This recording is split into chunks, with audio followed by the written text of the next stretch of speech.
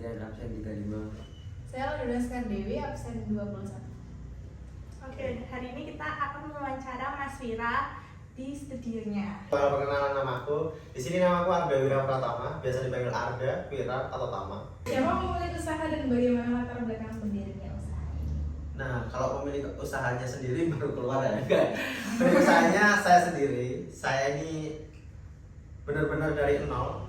Kalau dikatakan orang-orang itu anak muda umur 25 kalau udah punya usaha pasti orang tuanya berada nih.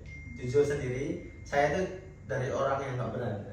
Tapi dari orang yang nggak berada itu saya pengen membuktikan bahwasanya membangun usaha itu yang benar-benar ada niat dan ada relasi pasti bakal terjadi di umur 25 ini.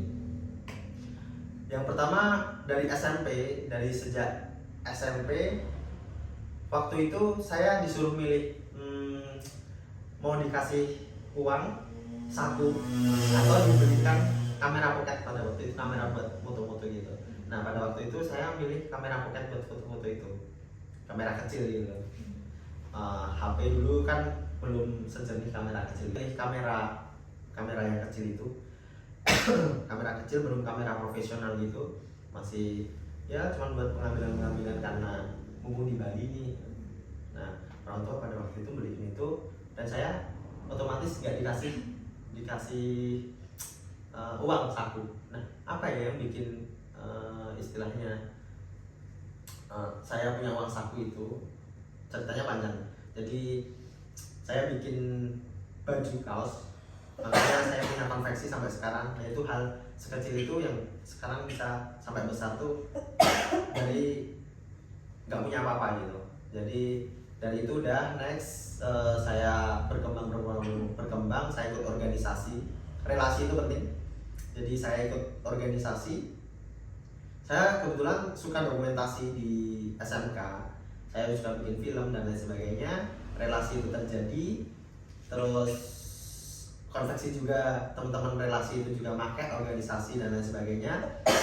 Akhirnya ada suatu kejadian, kepala sekolah pada waktu itu Pak siapa lupa namanya, kepala sekolah bukan, sebelumnya lagi ada lagi Pak Ilyas. Pada waktu itu Pak Ilyas anaknya menikah. Saya belum punya kamera sama sekali. Itu kamera kecil itu nggak bisa buat bekerja gitu. Tetapi saya dari SMP akhir, mas saya tuh punya kamera profesional di SLM. Saya motret itu minjem pada waktu itu. Sekolah punya juga. Dan setelah kelas 3 SMA, tentunya kepala sekolah itu memberikan saya sebuah amanah buat memotret pernikahan. Tentunya pernikahan itu momen yang sangat sakral dan momen yang gak bakal diulang lagi ketika kita salah. Nah itu dari relasi, kepercayaan, sama keberanian mental. Kalian harus ada. Kalau berbisnis itu harus ada 3 itu. Ketika 3 itu udah terjadi itu, kalian harus tetap, ketika kalian ingin berbisnis itu harus tetap komitmen. Nah itu komitmen itu sangat susah. Nah ketika orang bilang harus ada modal dulu bikin usaha, tentunya nggak sepenuhnya bikin usaha tuh perlu modal. Modal utama tuh niat dulu juga. Jadi kalian ketika mau usaha otomatis niat kalian harus benar-benar dari diri kalian sendiri. Karena kalau saya pribadi, saya orangnya lebih suka merdeka gitu, lebih pengen bebas.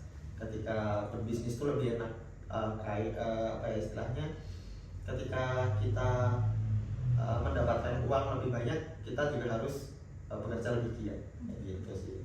Dan sampai saat ini saya berproses dari tahun berapa berarti? 2015 sampai 2024 saya baru bisa buka studio ini untuk menambah kepercayaan pulang. Ya, pertama apa saja prosedur yang dilakukan ketika terjadi kecelakaan kerja di tempat usaha ini? Kecelakaan kerja itu dalam satu hal yaitu kamera jatuh. Jadi kamera jatuh tuh sering lensa, kotor lensa dan lain sebagainya. Nah itu kecelakaan yang harus dikurangi. Jadi kayak kamera itu benar-benar harus ditaruh di, ada namanya alat buat naruh kamera di sebelah pinggang. Itu ketika ditaruh di alat itu otomatis ngunci. Nah, dari alat itu kita harus memastikan ngunci. Jadi nggak akan jatuh, dan kadang-kadang kamera juga harus ada strapnya, talinya. Itu buat mengurangi kerusakan kamera ketika crash jatuh dan lain sebagainya. Usaha ini memiliki struktur organisasi, jika iya bagaimana pembagiannya?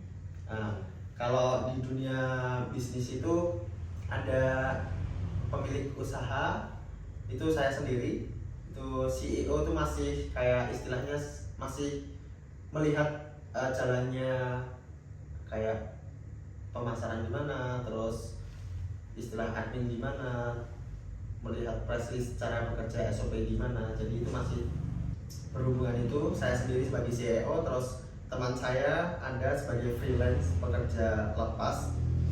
Tapi ini teman saya sebagai kepercayaan saya. Jadi ketika sini penuh, keluar penuh, saya punya sebuah rekan kerja, tentunya rekan kerja yang lepas. Jadi ketika pembagiannya nanti atau sekarang dijelasin? Sekarang ya boleh. Oke. Oh, ada dua teman saya, tapi untuk freelance itu banyak banget. Freelance yang lebih dipercaya dua, istilahnya tangan kanan dua. Tapi untuk freelance yang ketika dua ini sama saya penuh, ada lagi teman-teman saya, karena saya juga relasi penting itu. Jadi masih banyak lagi. Ketika saya dapat pekerjaan, ya saya kumpulkan, tapi bukan saya yang memotret kayak gitu. Tapi kurangnya kadang-kadang kalau kayak gitu, orang yang kenal saya itu pasti mintanya saya kayak gitu. Jadi kurangnya kayak gitu ketika ada sebuah pekerjaan yang kenal. Tapi kalau orang yang nggak kenal, tentunya fan-fan aja yang tahu-taunya ini Wira Studio Foto, Wira Story Cinema, pakai Wira Story Cinema. Yang penting tanggung jawab momen tercapai gitu. Jadi strukturnya kayak gitu. Apakah usaha ini sudah menggunakan teknologi untuk mendukung administrasi? Oh, tentunya di dunia teknologi yang maju sekarang ini pakai yang manual juga seperti nota kita juga pakai. Karena apa? Karena kadang-kadang orang juga butuh nota tersebut, tapi kita juga pakai invoice digital sekarang juga bisa. Jadi kita menggunakan teknologi spreadsheet, dari sistem pembukuannya, sistem operasionalnya, sistem pengirimannya, bahkan sistem untuk menyimpan suatu file itu menggunakan spreadsheet gabungan dari Drive. Jadi spreadsheet kita gabungan Drive, spreadsheet juga masuk ke WhatsApp, masuk ke klien langsung kayak gitu. Jadi dalam sistem itu kita belajar dari sebuah sistem, karena ketika sistem itu terbentuk pasti pekerjaan bakal lebih nyaman lagi kayak gitu. Kita belajar dari kesalahan-kesalahan yang dulu. Apa sih kurangnya ketika klien datang tuh, dari datang sampai dia membayar itu apa sih yang bikin lebih kerja cerdas itu. Jadi di dunia era digital ini kita harus kreatif juga, kita harus kerja cerdas biar enggak kita sendiri pusing juga. Nanti ketika ada file yang hilang, kita ada klien tahun 2000 misalnya udah 2030 nyari 2025 pasti ada, karena kita ada menggunakan sistem itu. Kenapa masnya milih usaha jasa ini dibanding kayak yang lain gitu? Nah, yang pertama adalah tempat. Di Jogja ini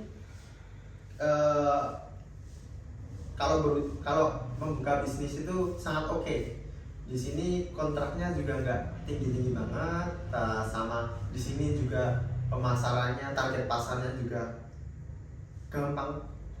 Di sini banyak orang pendatang dari luar yang tentunya di sana UMR-nya lebih tinggi daripada Jogja, karena Jogja ini UMR ke bawah kayak gitu. Walaupun ke bawah tapi ya itu menguntungkan bagi pebisnis seperti saya. Tapi nggak enak juga sebenarnya di karyawan di Jogja juga itu. Yang kedua, target pasar saya itu mahasiswa pelajar. Seperti contohnya saya membuka studio foto untuk wisuda graduation. Terus bisnis ini menurut saya nggak bakal mati di era digital ini, karena di dunia digital orang-orang apalagi di sosial media, orang-orang tuh pasti butuh foto. Momen kebahagiaan tuh pasti akan diabadikan gitu.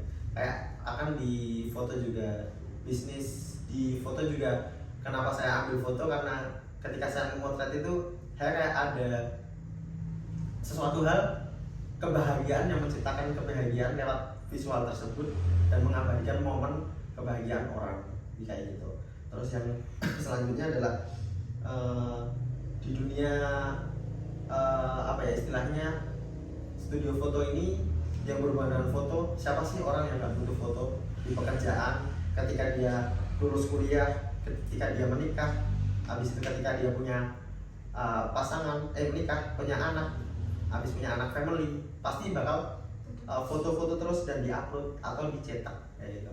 Jadi sampai orang lahir, sampai orang meninggal, saya foto semua. Jadi tergantung, bisnis ini akan maju tergantung pada diri kita, kreativitas kita mengikuti zaman. Jadi saya memilih bisnis ini. Apa keunggulan atau daya tarik utama dari usaha ini dibandingkan pesaingan? Nah, kalau di sini selain klien datang menggunakan sistem tersebut, sistem yang lebih enak dan lebih efisien, kita juga ada free untuk jas, kemeja dan lain sebagainya. Karena ketika orang datang tuh tinggal bawa badan, tinggal bayar gitu. Untuk pembayaran juga kita udah ada semua, QRIS, transfer, cash pun juga bisa dan lain sebagainya. Terus selanjutnya ketika kita memotret itu ada garansi untuk cetakan. Ketika kita memotret, pas foto contohnya, kalian mau foto berapa kali pun tidak masalah, yang penting kalian apa ya istilahnya cocok dengan foto tersebut. Itu untuk garansi foto juga, cetakan foto juga itu lama karena kita menggunakan print lab, bukan print yang seperti bisa memudar gitu. Jadi ada garansi untuk cetak ulang ketika ada kerusakan. Apa kendala yang sering dihadapi dalam mengelola toko ini? Nah, tempat semakin, mungkin ini awalnya tempatnya itu menurut saya besar, tapi semakin banyak orang, semakin banyak properti, kedepannya bakal lebih pengen dibesarin lagi, terus pengen menambah bisnis yang lain lagi kayak gitu. Namanya juga baru umur 25 ya. 25 gitu. Tapi ini ada berkembang untuk mau buat cabang gitu nggak? Kalau cabang mungkin beda apa ya istilahnya, beda usaha. Jadi kalau untuk saya pribadi, karena saya pengennya usaha satu tapi gede, tapi usaha satunya lagi beda lagi. Emang kayak mau berkembang tapi nggak ada cabang tapi mau dibesarin ya? Betul, itu pemikiran saya, karena saya mempunyai 2 bisnis. Saya ingin mengembangkan bareng-bareng. Tapi ketika udah berkembang, lebih berkembang besar semua, mungkin kedepannya saya tetap ingin buka cabang kayak gitu, istilahnya kayak gitu. Siapa sih yang nggak mau nambah income gitu? Jadi tetap saya membuka cabang tapi beda dulu, karena saya ingin membesarkan dua-duanya. Bagaimana strategi penjualan yang digunakan agar menarik pelanggan? Strategi penjualan jasa agar menarik Kayak pelanggan. promosi gitu. Oke, promosi. Kalau dari Wira Story Cinema sendiri, kita strateginya yang pertama, kita selalu menggunakan cetakan yang bagus, cetakan yang premium, dan yang kedua kita selalu free video BTS, behind the skin itu. Nah itu yang menarik pelanggan.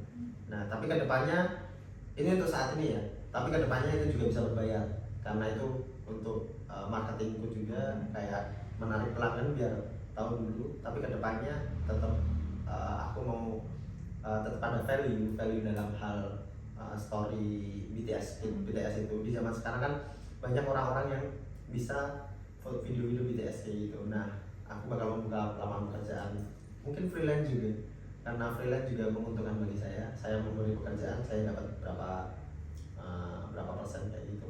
Nah itu contohnya itu. Terus ada lagi itu untuk cetakan, untuk ke klien.